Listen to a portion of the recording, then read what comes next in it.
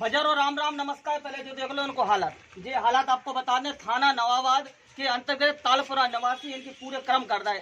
इतने गुंडागर्दी हो रही तालपुरा के अंदर। बता दें कि सत्ताधारी नेताओं की बताया जा रहा है कि इनके हाथ हैं, यहाँ पे गुंडागर्दी चरम सीमा पे है। अब देखो इतना मारो इनने, हालांकि रिपोर्ट लिख गई, हालांकि बता दें आपको धाराएं कम लगाई, जो धारा लगने चाहिए वह धारा नहीं लगी, क्योंकि हमने इनकी एप्लीकेशन ले ली।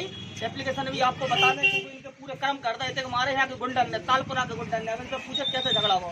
ताना तुम्हारा राजू सैन हो, कैसे कहा इनके तुम्हारा कर्म होगा, किने मारो जो राजा राय है।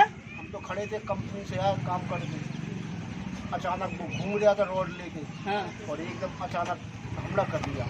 अब जिनकी धर्म पत्नी बैठी जी, बता पूरा मामला का है। तुम्हारा नाम क्या है? हमारा नाम शशि सेन है। जी, तो आपके पति है? ये हमारे पति है सर। कैसो का कितने समय की घटना थी, कब की घटना है? ये दोपहर में इसने 3-4 जगह लड़ाई की। हमारे मोहल्ले में बगल में एक लड़के को बहुत मार रहा था। हमारा उसमें कोई रोल नहीं था, ना हमारे कोई बच्चे गए, ना हम गए, ना हमारा आदमी गया। वहाँ से ये 6-7 लड़कों को लेकर आया।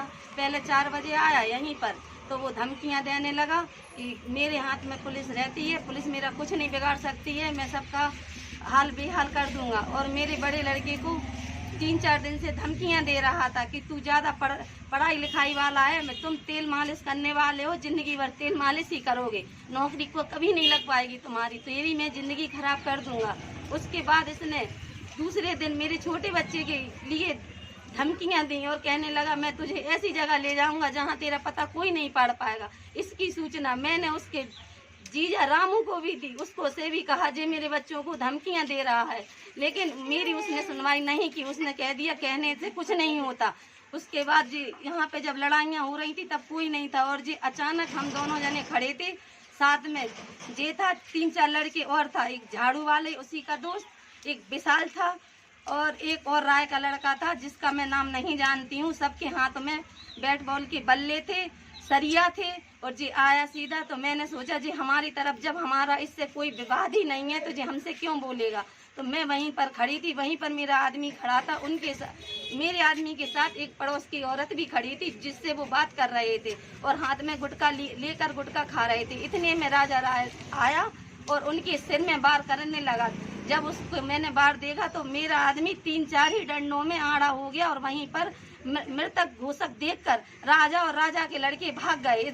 इतने में पूरे मोहल्लों ने दुकानें बंद कर दी कि राजू खत्म हो गया। इतने में मेरा बड़ा बेटा आया और अपने पिता को और मेरा देवर अपनी ही गाड़ी पे लेकर सीधे थाने गए। थाने में पुलिस वालों ने देखा तो उन्होंने कहा पहले जाकर इनका इलाज करवाइए, उसके बाद हम रिपोर्ट लेंगे। इनको लेकर हम लोग खैराती अस्पताल गया। मेरा बेटा खैराती लोगों ने रिफ़र कर दिया उसको कि मेडिकल पहुंचो।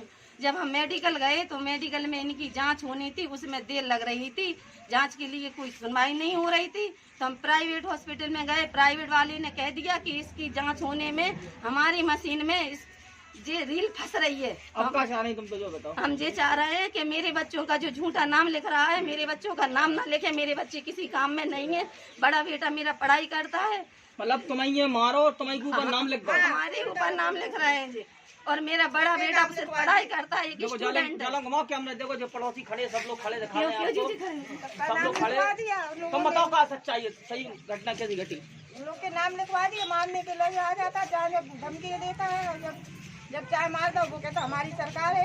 अच्छा, हम तो हमारा कौन का क्या कर सकता।